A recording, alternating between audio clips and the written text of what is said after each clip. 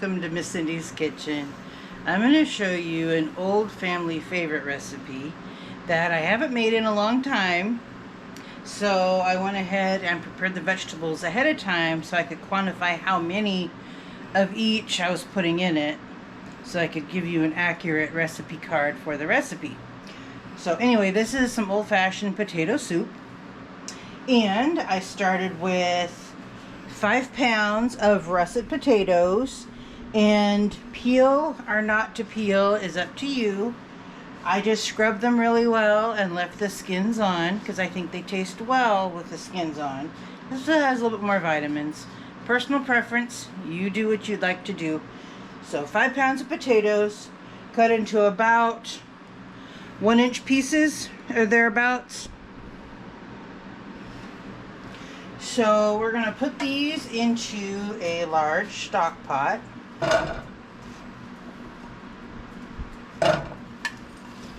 I use a lot of potatoes because we like to have leftovers.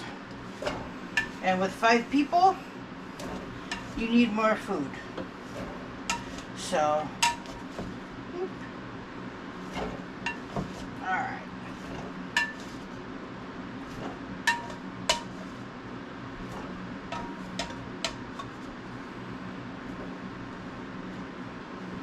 Alright, so that's that. And then, just like an infomercial, but wait, there's more.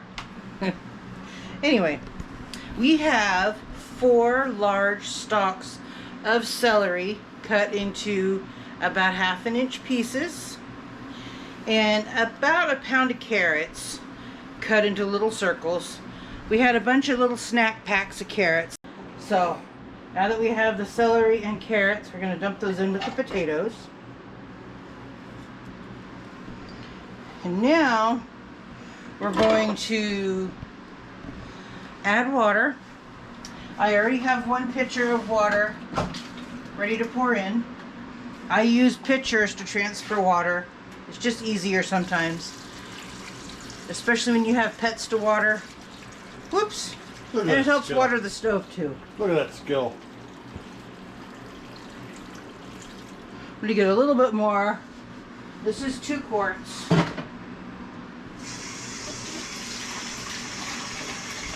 And I always believe in salting your vegetables. And where'd I put the salt? Well, we'll use the sea salt here. This is just some pink salt, because you need to salt your vegetables while they're cooking, because that gets the flavor into them. Because if you wait until they're already cooked, you're just getting it on them. So don't want to do too much because it will bubble up. So now I'm going to turn on the heat, and it's going to, I'm going to stir it up so the salt gets mixed into the water and the vegetables. And at this point you could even put in some dry chicken broth. I often do that too when I'm making soup, and I might do that later on.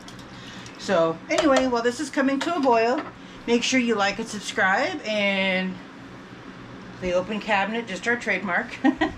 So like and subscribe, and keep on sharing and leaving your comments, and we'll bring you back when the soup is almost ready for the next step.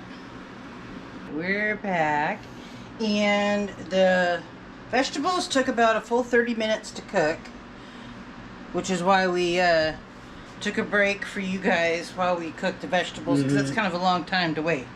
So anyway, as they were cooking, I skimmed the scummy stuff off the top that comes off of the vegetables when you cook them. So now this is the texture of the potato. I took it on the, put it on the counter to check, so you can just break it with the spoon. It's just, you know, not squishy, but relatively soft. So our next step is a little tricky. They're tricky. So what I'm going to do first is we're going to take this pot of vegetables, dump it into here, So that way the liquid is saved Mm-hmm. and the vegetables are in the strainer. Okay. And then what we're going to do after that is make a roux in the stock pot with onions and garlic. And I'm going to use bacon grease instead of butter to add a little extra flavor, along with some salt and pepper. And then build up the roux with some milk and half, and then add back in some of the vegetable broth from cooking the vegetables till we build up a nice soup base, and then we dump in the cooked vegetables at the end. So I'm just going to scoop out some of these to make the pot a little easier to lift. And what we'll do is we will write it all out on a recipe card. But again, it's a recipe that I've been making for like 30 years. So I make it more from memory than from an actual recipe card. But I believe it came from a Taste of Home magazine back toward its inception in the early 90s when that first came out. And since then I've just kind of adapted it on my own to our family's preference. And it originally called for just using 6 large potatoes. Well, when you're feeding 5 people and you want more than 1 bowl of soup and leftovers, you got to use a little bit more than that. So, now I got the bulk of that out. So, as you can see, this is going to be, I'm going to dump this over. Oy. Why don't we put the camera down for just a sec, so that way I can do this without making a mess. Okay, you want me to do it? Yeah. Here, it's a little switch. Yeah, so if you can pour the liquid into the pot. All right.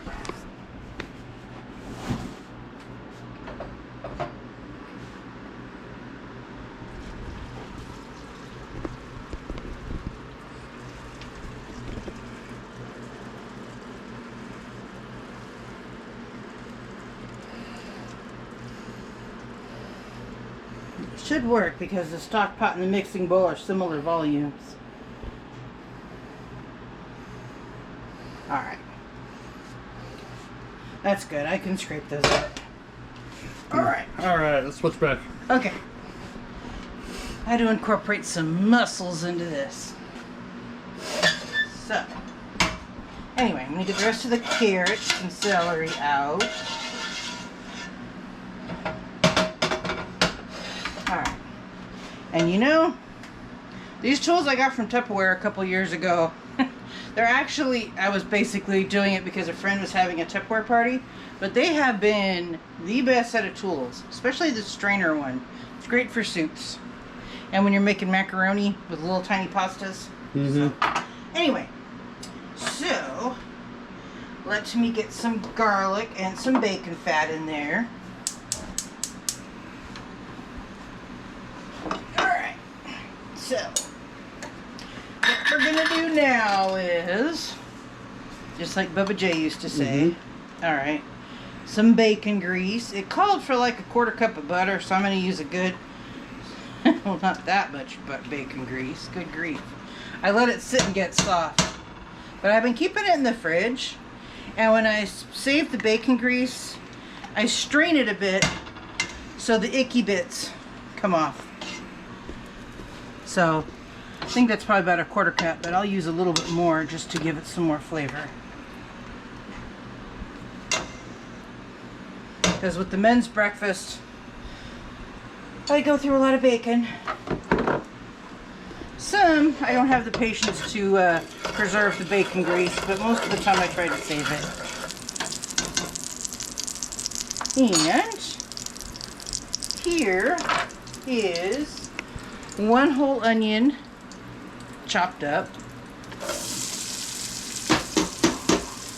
And a nice size scoop of garlic. Ooh, that's hot. I already burnt myself once this week. I don't need to do it again.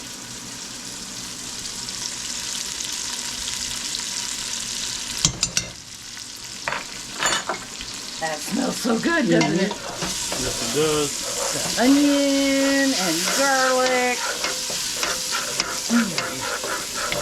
Smells good, huh?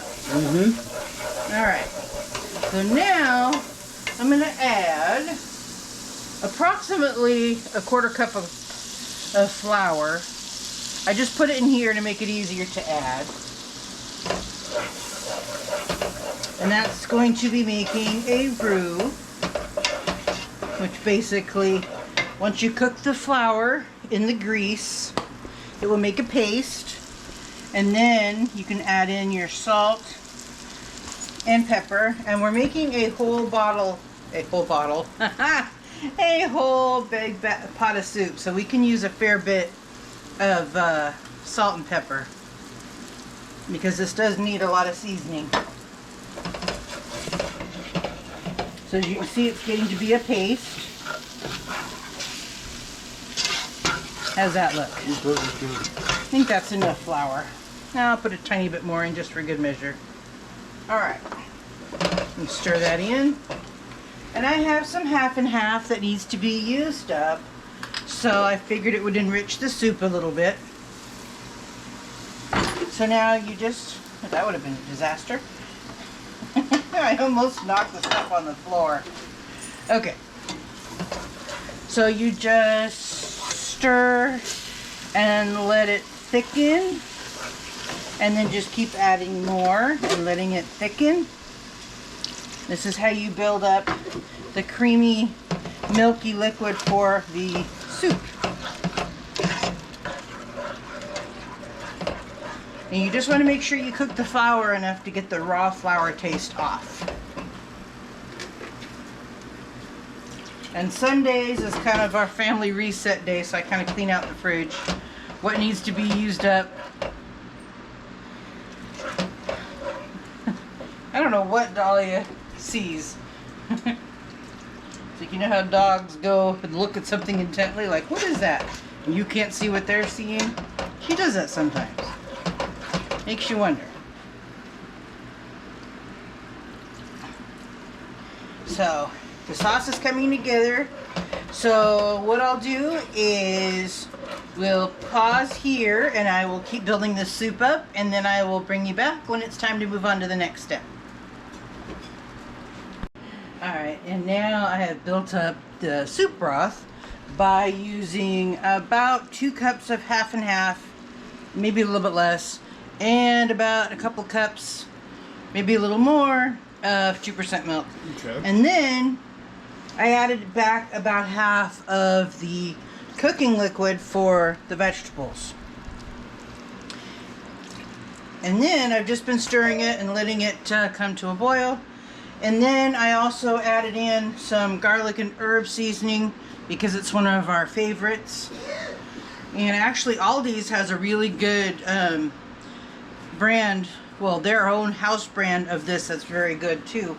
And Aldi seems to be in most part of the country as well as in Europe. So, and then I added about a tablespoon of the dry chicken broth because I really like the flavor it imparts to soup. So now we're going to add back in the vegetables. This is going to be a little bit of a trick, so let me switch things around here. Hot liquid can always be a little daunting. Alright, so I'm going to scoop them out because I don't want to dump them all over the stove. And sometimes you just have to guess at how much soup broth you need for the amount of vegetables by looking at it, but roughly half of the cooking liquid and about 4 to 6 cups of milk, or combination of milk and half.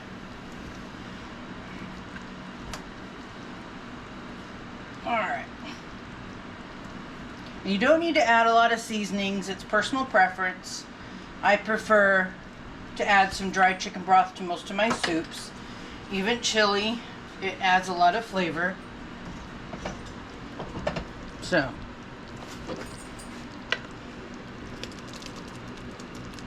this is part where I'm trying not to splash myself.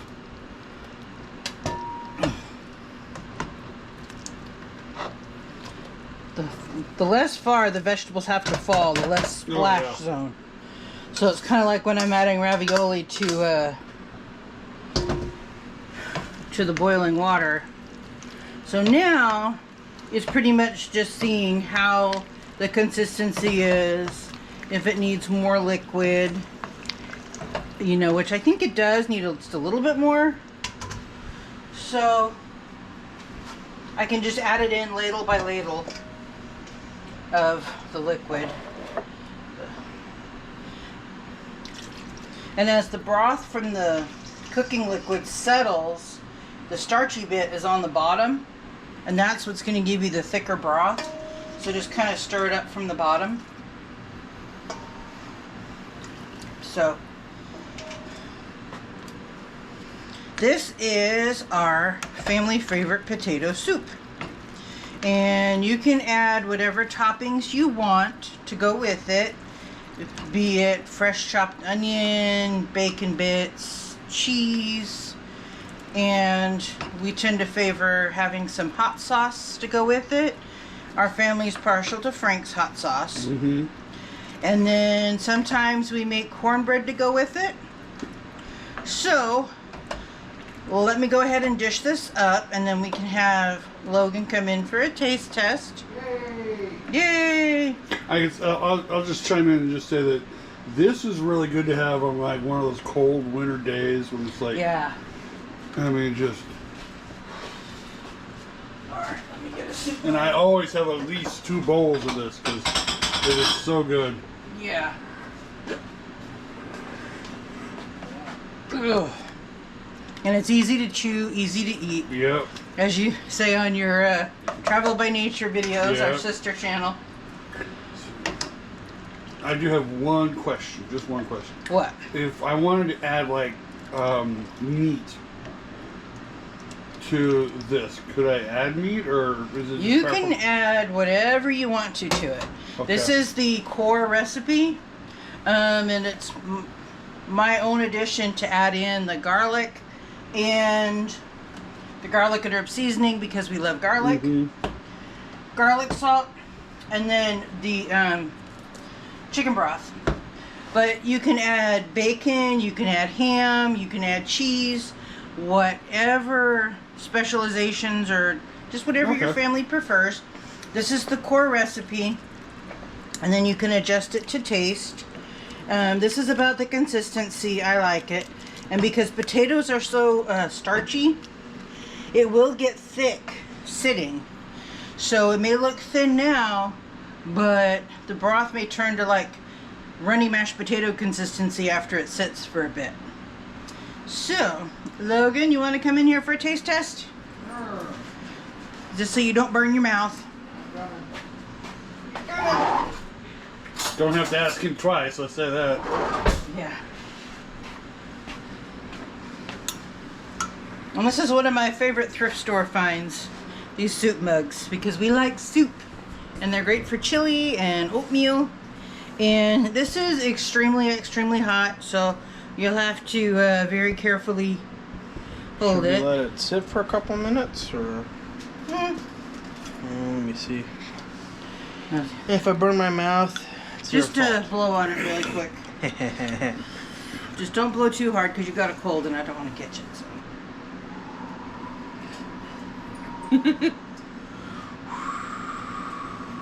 He's being Jack Frost here. Yes. Does that taste like you remember? Mm-hmm. You haven't made potato soup in a while. Yeah, it's a But lot it of tastes work. just the same. It does take a fair bit of time to chop up the vegetables, but we had a lot of potatoes given to us, so I wanted to use them up while they were fresh. And again, skinning the potatoes or leaving the skins on, it's up to you. Just give them a good scrub, and the skin has lots of nutrients in it also. So anyway, thank you again for joining us, and make sure you like and subscribe and keep on sharing and keep on giving us your feedback, and come back again soon for another episode. Thank you for watching Miss Cindy's Kitchen. To get more recipes like this one, subscribe to the channel and hit the bell for notifications when new videos are uploaded. Share it out to your friends, family, and neighbors, and leave us a comment to let us know how this recipe worked for you. And don't forget to hit that like button. Again, thank you for watching Miss Cindy's Kitchen.